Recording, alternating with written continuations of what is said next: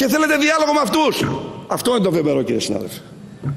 Για να μαθαίνουμε λίγο ιστορία.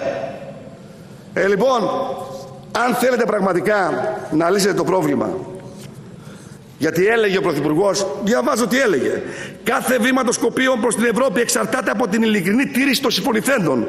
Πήραν είσοδο στο ΝΑΤΟ, πήραν μακεδονική εθνική εθνότητα και γλώσσα, παίρνουν και Μακεδονία ασκέτη τώρα. Και εμείς απειλούμε ότι δεν θα δώσουμε και είσοδο στην Ευρωπαϊκή Ένωση.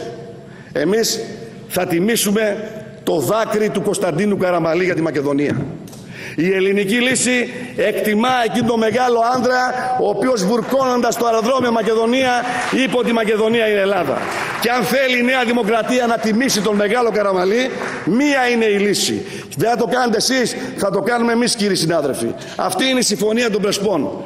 Αν υπήρχε αξιοπρεπής εθνική, πατριωτική, κοινωνική, λαϊκή κυβέρνηση ελληνική, θα έκανε αυτό εδώ. Αυτό αξίζει. Την έσκησαν μόνοι τους. Άρα εσείς το κάνετε εδώ, έντιμα, φέρτε τα μνημόνια εδώ τώρα, σήμερα, αύριο, να τα καταψηφίσουν όλα τα κόμματα εδώ.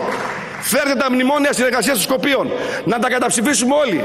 Γιατί αυτοί ακύρωσαν τη συμφωνία, όχι εμείς. Που είναι προδοτική για μένα, είναι λάθος.